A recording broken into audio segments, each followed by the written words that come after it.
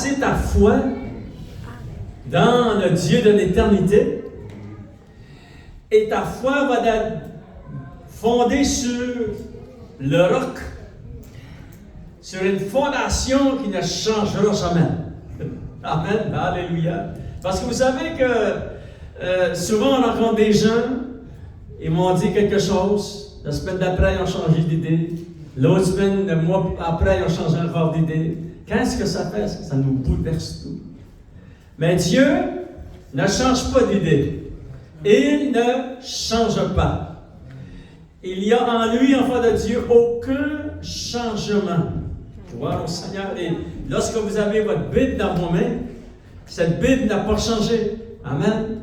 Dans le temps de mes parents, c'était la même Bible. Dans le temps de mes grands-parents, c'était la même Bible. Mes arrière-grands-parents, c'était la même Bible. Amen. Alléluia. Dans le temps des apôtres, c'était la même Bible. Parce qu'elle ne change pas. Amen. Jésus l'avait dit, il nous avait informé d'avance. Encouragez-vous, enfants de Dieu. Jésus a dit, le monde va passer, mais ma parole ne passera pas. Et aucune virgule ne changera d'endroit. Dieu est tout-puissant. Il est le même hier, aujourd'hui et éternellement. Alléluia! Et si vous voulez, enfants de Dieu, s'il vous plaît, on tourne ensemble dans l'Ancien Testament. On lit quelques versets pour se placer dans le contexte de cette série d'enseignements, enfants de Dieu. Gloire au Seigneur. Dans Genèse chapitre 17, verset 1 jusqu'au verset 8. Alléluia! Et que vous avez remarqué le titre de ce message, parce que c'est une nouvelle série d'enseignements que j'ai commencé. Je vais vous encourager à l'écouter et puis la réécouter, enfant de Dieu, parce que vous allez recevoir beaucoup de révélations et d'informations dans cette série d'études qui va nous parler des attributs de toute la puissance du Dieu que nous servons. Alléluia! Et certainement, je ne pense pas que j'ai le temps de la terminer cette année, mais ça va aller dans l'année prochaine. Alléluia! Parce qu'avec tous les événements, Noël qui s'en vient, les célébrations, enfants de Dieu. Mais nous, on va lire ensemble, enfants de Dieu, dans Genèse chapitre 17, verset 1 jusqu'au verset 8. Et le titre de ce message, c'est « Je suis », Dieu va dire à Abraham, « Je suis le Dieu Tout-Puissant. » Alléluia! Et le Tout-Puissant, ça veut dire qu'il ne manque jamais aucune force. Amen. Alléluia. Ça ne veut pas dire que nous, dans nos circonstances, nous, on manque beaucoup de force. On ne peut pas changer les circonstances, mais Dieu, lui, peut travailler et les changer. Il est tout-puissant, enfant de Dieu. Et regardez qu'est-ce qu'il va dire à Abraham. Pas Abraham, mais Abraham. Parce qu'ici, Dieu va changer son nom. Regardons, on va lire ensemble. Lorsqu'Abraham fut âgé de 99 ans, et là, on dit, Seigneur, tu nous as parlé avant 99 ans. Amen. Alors, merci, Seigneur. Mais Abraham, lui, c'était son expérience. Et ça dit, l'Éternel apparut à Abraham et lui dit, je suis le Dieu Tout-Puissant, marche devant ma face et sois intègre. J'établirai mon alliance entre moi et toi, et je te multiplierai en infini. Abraham tomba sur sa face. Et Dieu lui parla en disant, voici mon alliance que je fais avec toi. Tu deviendras père d'une multitude de nations. En 99 ans, il n'y avait pas encore d'enfant. Son épouse était 90. Et Dieu lui dit, tu auras une grande descendance. Des nations sortiront de toi, Abraham. Mais vous et moi, nous sommes témoins de ce que Dieu a dit ici. Tout est accompli. Vous regardez au Moyen-Orient, Israël, le peuple d'Israël et toutes les autres nations alentour du peuple d'Israël, ça vient toute la descendance d'Abraham. Fait que soyez rassurés, ce que Dieu a dit, il l'a accompli. Regardons, on va continuer, ça dit, verset 5, c'est très, très, très important. On ne t'appellera plus Abraham, mais ton nom sera Abraham. Car je te rends père d'une multitude de nations. Alléluia. Gloire au Seigneur. Et l'enfant de Dieu, ça a tellement changé la vision et la vie, le langage d'Abraham. Parce que Dieu a changé jusqu'à son nom. Qui signifiait, je ferai de toi sortira Alléluia, des nations. Tu seras le père de la foi, comme nous le lisons aussi dans le Nouveau Testament, enfant de Dieu. Et je vais vous le relire, ça dit, on ne t'appellera plus Abraham. Abraham, mais ton nom sera Abraham, car je te rendrai père d'une multitude de nations. C'est ça qu'Abraham voulait dire. Il est devenu père d'une multitude de nations. Et regardez, enfant de Dieu, ça a tellement changé sa vie. Regardez, lorsqu'il arrive à la maison, regardez comment Dieu va travailler à travers son épouse. Ça dit, verset 15, Dieu dit à Abraham, tu ne donneras plus à Sarai, ta femme, le nom de Sarai, mais son nom sera Sarah. Il a juste que changer le nom de sa femme. Wow! Alléluia! Et là, il explique pourquoi Dieu la bénirai et je te donnerai d'elle un fils. Je la bénirai et elle deviendra des nations. Wow! Et des rois et des peuples sortiront d'elle. Seigneur, nous te remercions. Seigneur, tu es le Dieu du miracle. Alléluia, comme tu t'as adressé à Abraham, Seigneur, et son épouse. Seigneur, oh Dieu, tu es le Dieu tout-puissant. Alléluia. Et Seigneur, je prie maintenant, Seigneur, que nous plaçons notre foi sur les déclarations de la parole de Dieu. Cette parole, Seigneur, c'est le roc, la fondation du christianisme et la fondation de ton royaume. Et Seigneur, tu bénis ton Église et au nom de Jésus, nous t'avons prié. Et tout le peuple de Dieu dit Amen, Alléluia, gloire au Seigneur. Enfant de Dieu, je suis certain que les voisins, que le voisin du coin de la rue et l'autre voisin d'Abraham et de son épouse, ils ont changé de nom. Ils ont dit en 90, 99, non, ça ne fonctionne pas bien ici. Ils ont juste changé de nom. Voyez-vous?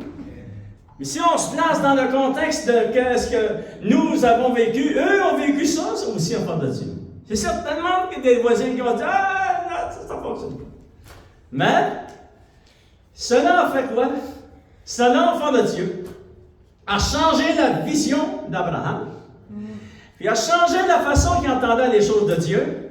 Il a changé son vocabulaire. Parce que son épouse ne l'appelait plus Abraham. Mais elle l'appelait père d'une multitude de nations.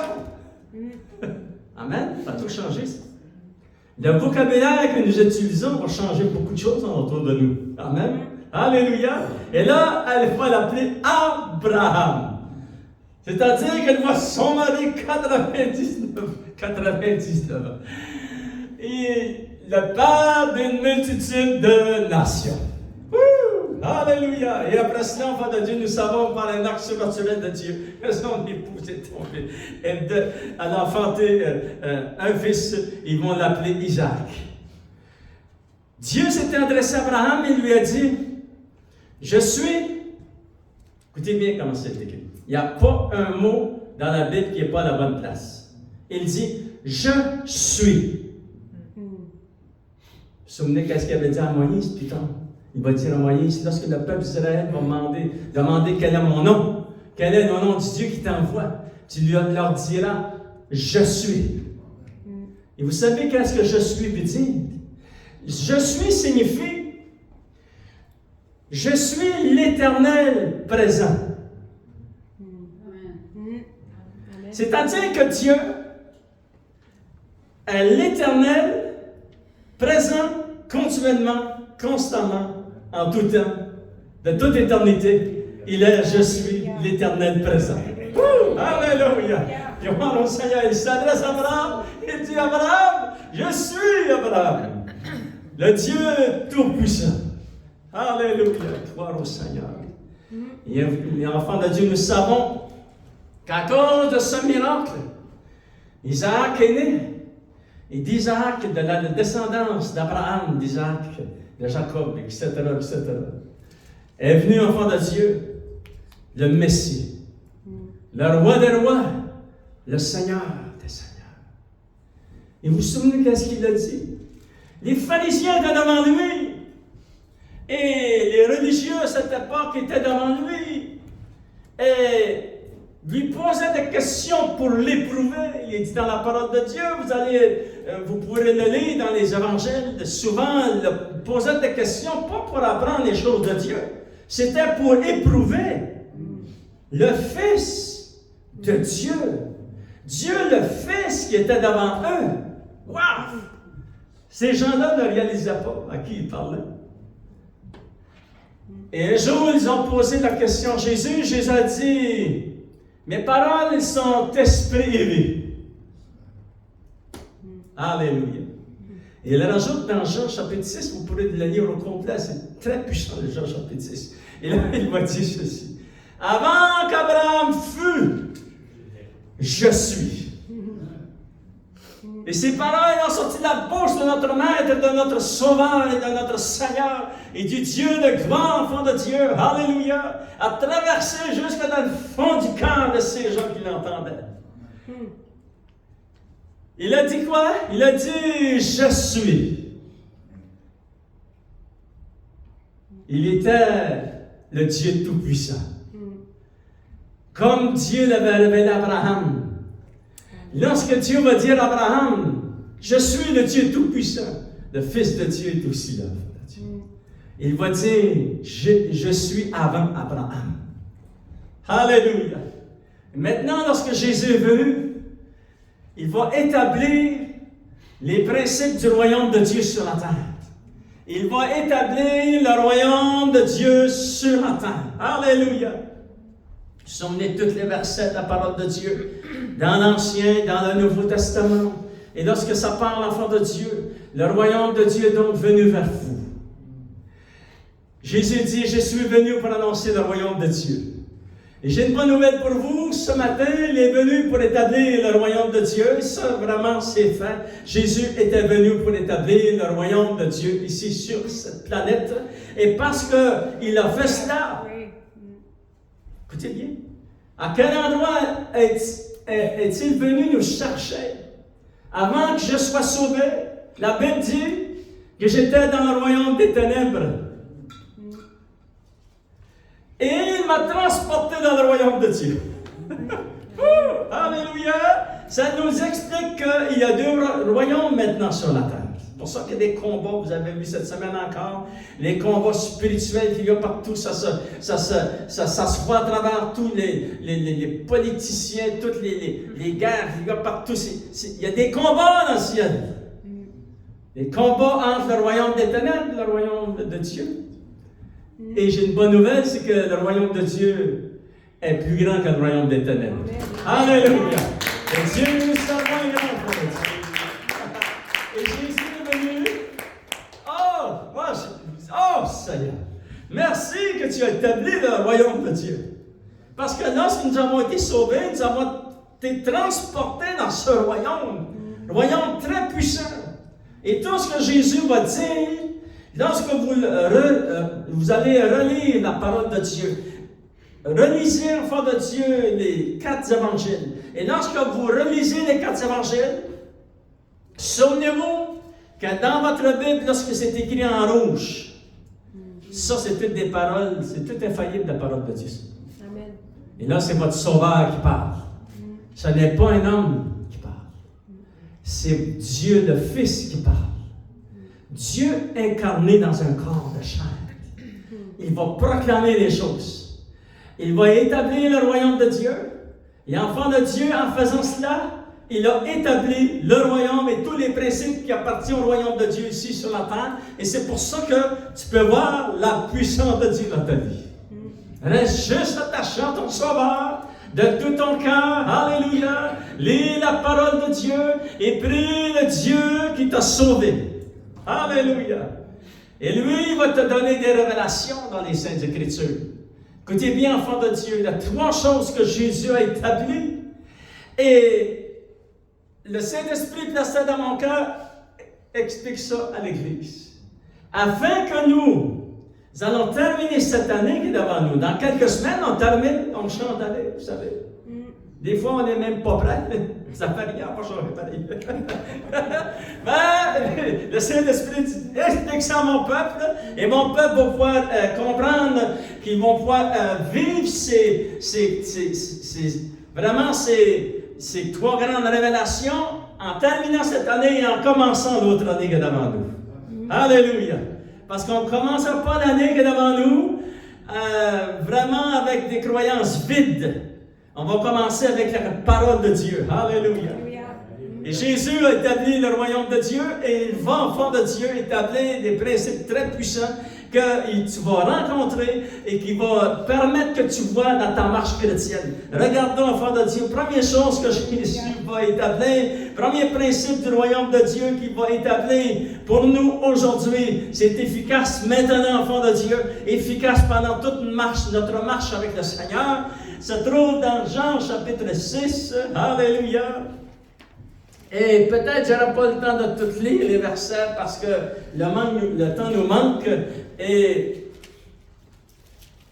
on va lire dans Jean chapitre 6, verset 1, enfant de Dieu. Et il est dit ceci. Après cela, Jésus s'en alla de l'autre côté de la mer de Galilée de Tibériade. Et une grande foule le suivait. Voyez-vous comment les gens avaient soif de Dieu? Prions que notre Canada, que nos Canadiens, que notre monde ici au Canada ait soif de Dieu. Comme ces gens avaient soif. Alléluia. Seigneur, au nom de Jésus, répands, Seigneur, oh Dieu, un nouveau souffle, Seigneur, sur notre pays. Alléluia. Et là, c'était une grande foule le suivait, parce que lui était dans la barque, il traversait la mer, voyez-vous. Et là, il s'admire cette foule. Ils ont marché très longtemps, ces gens-là, frère de Dieu. Ça dit, une grande foule le suivait parce qu'elle voyait les miracles qu'il opérait sur les malades.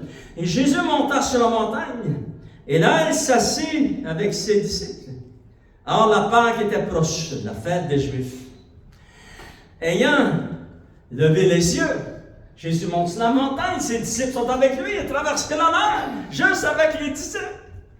Mais là, l'enfant de Dieu, c'est pas terminé. Il lève ses yeux. Qu'est-ce qu'il voit? Regardez, ça dit, ayant levé les yeux, voyant qu'une grande foule venait à lui. Alléluia! Il savait, Seigneur Jésus savait, enfant de Dieu. La première chose qu'il va dire à Philippe, il va dire aux serviteurs qui sont alentour de lui, il va leur dire, la foule. Il y a des gens, ça fait une journée qu'ils marchent. Il y en a, ça fait 2 jours, il y en a d'autres, ça fait 3 jours. Mais il faut les nourrir. Le premier principe du royaume de Dieu, c'est la multiplication. Souviens-toi-en, écris-la quelque part, parce que tu vas le vivre. Et lorsqu'il va faire la multiplication dans ta vie, le secret, je l'avais dit à l'Église il y a 3 ans. J'ai dit aux nouveaux arrivants et à l'Église, il y a 3 ans, tous ceux qui sont ici dans l'Église, ça fait 30 ans, vous le savez ce principe.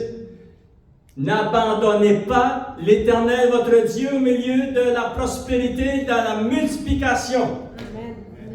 Parce que Dieu va vous faire entrer dans la multiplication. Ça fait partie du royaume de Dieu. Mais vous voulez garder ça ici dans votre cœur. Je n'abandonnerai pas Dieu. Quand même que je serai dans l'abondance, je n'abandonnerai pas Seigneur. Je vais garder ma relation avec Dieu. Amen. Alléluia. C'est très important, Père de Dieu. Ça dit, ayant levé les yeux, voyant qu'une grande foule venait à lui, Jésus dit à Philippe, où achèterons-nous des pains pour que ces gens aient à manger? Il disait cela pour l'éprouver, car il savait ce qu'il allait faire. Philippe lui répondit, les pains qu'on aurait pour 200 deniers ne suffirait pas pour que chacun en reçût un peu, parce qu'il y avait 200 deniers dans la bourse qu'ils avaient. Il dit, verset 8, un de ses disciples, André, frère de Simon-Pierre, lui dit, il y a ici, Seigneur, un jeune garçon, il y a à peu près 8 ou 9 ou 10 ans, 13 ans. Il y a une boîte à lunch, Seigneur. Quelques pains, quelques poissons. Amen, c'est ça que ça dit. Moi, je l'ai dit dans le français de notre région, mais on va le lire dans la parole de Dieu. Verset 8, c'est André, frère de Simon Pierre, lui dit, il y a ici un jeune homme, un jeune garçon, il y a 5 pénorches et 2 poissons. Mais qu'est-ce que c'est là pour tant de gens? Et Jésus dit, faites asseoir la foule. Et il y avait dans ce lieu beaucoup d'herbes. Ils s'assirent donc au nombre d'environ 5000 hommes, à part des enfants et des époux, des femmes, des gens seuls, etc. Jésus prit les pains, rendit grâce, il les distribua à ceux qui étaient assis. Il leur donna en disant, de même les poissons autant qu'ils en voulurent. Après que Jésus ait prié, lorsqu'ils furent rassasiés, ils ont jusqu'à rassasier la foule. Hey, wow! C'est un grand restaurant, ça, l'enfant de Dieu. Nourrir autant Dieu. Ça prenait la puissance de Dieu. Et Jésus dit à l'enfant de Dieu, lorsqu'il fut rassasié, il dit à ses disciples, ramassez les morceaux qui restent afin que rien ne se perde, mon ami. Lorsque Dieu va te bénir, gaspille rien. Un principe ici, en fait. Parce que ce que tu vas avoir d'abondance va pouvoir aider ton voisin. Va pouvoir aider les gens qui sont dans le besoin. Alléluia. Gardez afin de bénir. C'est ça que c'est les principes du royaume de Dieu. Et ils rassemblèrent donc ce qui restait. Et ils remplirent 12 paniers avec les morceaux qui restèrent des 5 pains d'orge. Ça veut dire qu'il a pris la petite boîte à lunch du garçon. Il a fait la multiplication avec. Parce que ça parle des mêmes pains d'orge que le petit garçon avait. Ces gens, ayant vu le miracle que Jésus avait fait, disaient, celui-ci est vraiment le prophète qui doit venir dans le monde. Et on dit, merci Seigneur que tu es venu, parce qu'il a établi, enfant de Dieu, pour nous en ce temps, maintenant, et dans la prochaine année qui s'en vient, les prochaines années, la multiplication du royaume de Dieu. Donnez-moi de me l'applaudissement.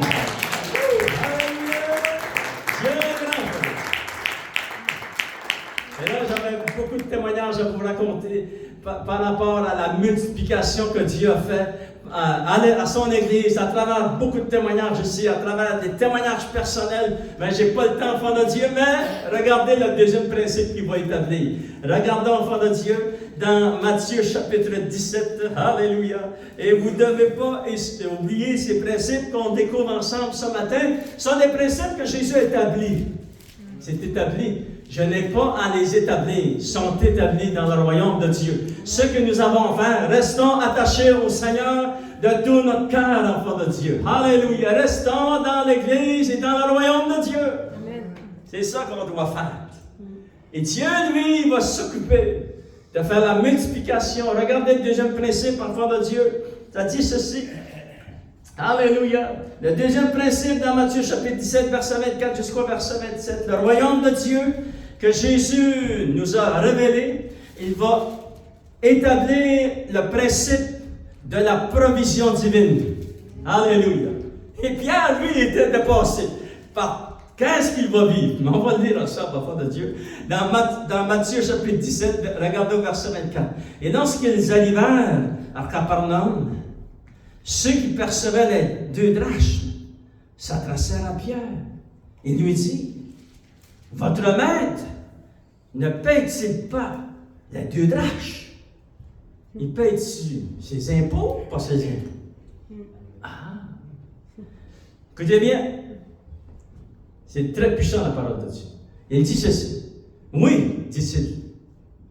Voyez-vous?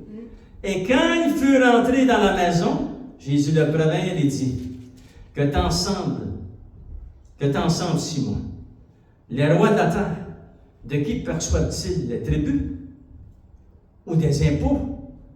De leurs fils ou des étrangers? Et Pierre répondit, Seigneur, c'est des étrangers. C'est-à-dire que les fils du royaume, de ceux qui gouvernent le pays, qui gouvernent dans le monde entier, sont exempts. Voyez-vous? Et là, Jésus va lui dire, verset 20, il dit, mais, vers 27, ça dit, mais, pour ne pas les scandaliser, va à la mer, jette l'hameçon, et tire le premier poisson qui viendra. Ouvre-lui la bouche, et tu trouveras un stataire. Prends-le, et donne-le leur pour moi et pour toi. On va avoir assez d'argent dans la bouche de ce poisson pour payer mes impôts, payer les tiennes, Pierre. Voyez-vous? Mais juste avant d'aller au poisson, j'aimerais vous expliquer quelque chose que Jésus vient juste de dire à Pierre. Et là, il va rajouter, il dit, va leur dire que oui, on paye nos impôts, c'est ça que le Seigneur faisait, etc. Et c'est ça qu'on fait. C'est très important pour bénir notre pays. Amen. Alléluia. Et là, il va leur dire, ouais, mais les fils sont exempts. Savez-vous ce qu'il est en train de lui dire? Il est en train de lui dire, moi, Jésus, le Fils de Dieu, je suis fils du royaume. Je serai exempt de tout ça. Mais pas pour pas les scandaliser. Ils ne comprendront pas tout de suite. On va payer ça. Voyez-vous? Jésus a annoncé le roi des rois, le Seigneur des seigneurs qui va venir régner enfant de Dieu sur cette planète on ne sait pas quand est-ce, mais on sait que ça va s'accomplir. Il régnera du nord au sud, de l'est à l'ouest. Il vient d'annoncer qu'il y a le roi des rois, le Seigneur des seigneurs, et que bientôt son royaume sera établi visiblement sur la terre. Amen. Et là, j'ai envie de danser. Oh, alléluia! Gloire au Seigneur. Mais on va revenir à l'histoire du poisson. Il dit à Pierre, il était dans la maison, à Capernaum, dans une maison. Il va dire à Pierre, dépêche-toi Pierre, j'ai ordonné à la planète, j'ai ordonné à la création d'envoyer un poisson. Et là, ce poisson-là, il vient, il était au nord. Et là, il y a quelqu'un qui a été pêché, il y a quelques mois, ils ont échappé de l'argent. Et puis dans la mer, et puis le poisson est passé. Et là, il se promène avec cet argent-là dans sa bouche. C'est une façon de vous l'expliquer, en fait. Il devait se dépêcher. Il dit, le premier qui va mordre de ton hameçon, tu le tires. C'est lui. Voyez-vous? La provision divine de Dieu a dépassé les attentes de la paupière. Ça, c'est garanti. Il va dépasser vos attentes. Et Dieu a pour nous vos besoins cette année. Il va continuer. Et l'année prochaine aussi, les autres années. Ce sont des principes très puissants qui appartiennent au royaume de Dieu. La multiplication, la provision. Troisième principe qu'on a le temps de voir dans quelques minutes, enfants de Dieu. S'il vous plaît, on tourne ensemble dans Marc chapitre 4. Alléluia. Gloire au Seigneur. Troisième principe du royaume de Dieu que Jésus nous a révélé et qu'il a établi, enfant de Dieu, c'est qu'il va te confirmer, qu'il parlera et qu'il calmera la tempête qui est devant toi. Vous vous souvenez, enfant de Dieu, dans Marc chapitre 4, regardez, ça dit, ce même jour, sur le soir, Jésus leur dit, passons à l'autre bord. Après avoir envoyé la foule, ça c'est Jésus qui les a envoyés. Les apôtres ne pouvaient même pas renvoyer la foule. Probablement que Jésus les avait vus. Et là, ils sont trop, voyez-vous, pas assez de patience. Mais Jésus envoya la foule. Et ça dit, enfant de Dieu, après avoir envoyé la foule, ils l'emmenèrent dans la barque où il se trouvait. Il y avait aussi d'autres barques avec lui. Et lorsque la barque était au milieu des eaux, enfants de Dieu, il se leva un grand tourbillon et les flots se jetaient dans la barque au point qu'elle se remplissait déjà. Et lui, Jésus, il avait dit ceci, juste avant de dormir, prendre sa sieste, enfant de Dieu. On ne peut pas le blâmer de ne pas prendre sa sieste. Amen, ça prenait une sieste. Ça faisait des jours et des jours que Jésus, enfant de Dieu, il priait l'évangélisation, il guérissait les malades, et puis les nuits, il passait ses nuits à prier. Fait que Jésus a pris une sieste, enfant de Dieu. Ça dit, et lui, il dormait à la paume sur le coussin, et il le réveillait. Il lui dit, Maître, ne t'inquiètes-tu pas que de ce que nous périssons? Il s'étant réveillé, il devait dire, wow. Je vais prier pour les gens.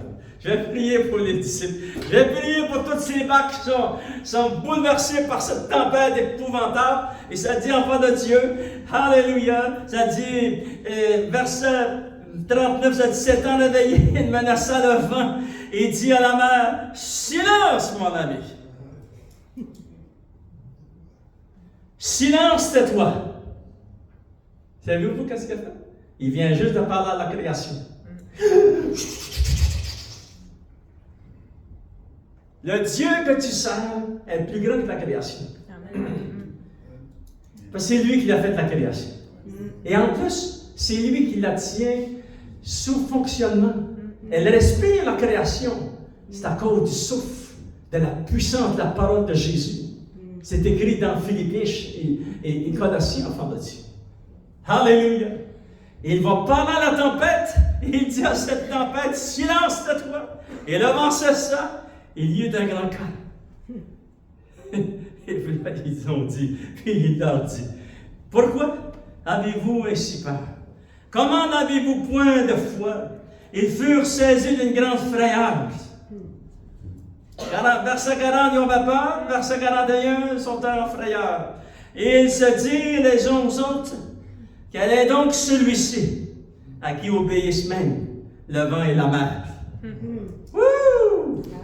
Alléluia! Et enfant de Dieu, Jésus vient d'établir un principe très puissant et qui nous déclare ici, enfant de Dieu, qu'il va prendre nos tempêtes et les tempêtes qui nous fait, les montagnes qui sont devant nous. Il y a des fois, il y a des montagnes que tu dis, waouh, ça prend une action naturelle de Dieu parce que c'est impossible, moi je ne pourrai pas, les gens autour de moi ne pourront pas, les gens de mon pays ne pourront pas, ça prend la main de Dieu.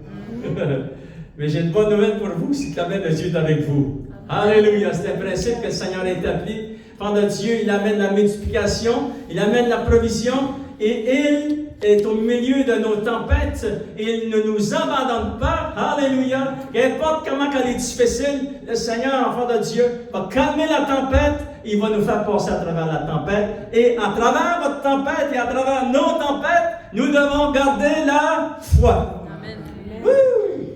Alléluia. Voici l'épreuve de la foi, c'est quoi? On est à travers une tempête, tu ne peux pas descendre tes bras. La vie chrétienne, tu ne peux pas te décourager. Tu ne peux pas descendre tes bras, tu ne peux pas te décourager. La seule chose que tu fais, tu gardes la foi. Tu regardes la tempête et tu demandes au Seigneur d'intervenir pour toi. Il va calmer la tempête. Et là, toi, tu vas passer à travers la tempête et tu vas en sortir plus victorieux. Et ta foi va s'être enracinée dans la parole de Dieu et dans ce que le Seigneur marche avec toi. Donnez une bonne main d'applaudissement au Seigneur ce matin. Alléluia! Oh, Dieu, alléluia! Lèvons-nous, s'il vous plaît, ensemble. On va inviter nos musiciens ce matin. Et j'aimerais faire un appel pour tous ceux qui aimeraient recevoir, probablement ceux qui aimeraient recevoir la guérison. La tempête devant vous, le Seigneur va prier que le Seigneur puisse calmer la tempête et que tu gardes la foi à travers cette tempête. Amen. Alléluia. Il y a, enfant de Dieu, Dieu va t'amener la multiplication et la provision. Alléluia. Et au nom de Jésus de Nazareth, nous allons prier ensemble d'un commun accord, enfant de Dieu. Alléluia. Seigneur, au nom de Jésus, Seigneur, tu es souverain et nul n'est comme toi. Alléluia. Et comme tu l'avais déclaré, nous l'avons dit au début, Seigneur, au Dieu de cet enseignement, tu es le Dieu Tout-Puissant. Je suis le Dieu Tout-Puissant. Tu es le Dieu Tout-Puissant. Alléluia. Et Seigneur, tu renverses les tempêtes, tu arrêtes les tempêtes, tu renverses les plans de l'ennemi, des œuvres, des ténèbres au nom de Jésus. Alléluia. Et Seigneur, je te demande au nom de Jésus maintenant, Seigneur, tu envoies tes anges du nord au sud, de l'est à l'ouest, ici dans notre région, ici dans notre province, ici dans notre pays, et dans notre pays au nom de Jésus, pour repousser, Seigneur, oh Dieu, pour renverser les plans de l'ennemi, les annuler au nom de Jésus de Nazareth. Alléluia. Et Seigneur, que ton royaume avance, que ta parole avance, que beaucoup viennent à la connaissance de la vérité, Seigneur, et que tous les chrétiens ensemble, Seigneur, au nom de Jésus, nous combattons le bon combat et nous gardons la foi dans notre Sauveur. Alléluia. Nul n'est comme toi. Donnez une bonne main d'applaudissement, Seigneur. Alléluia.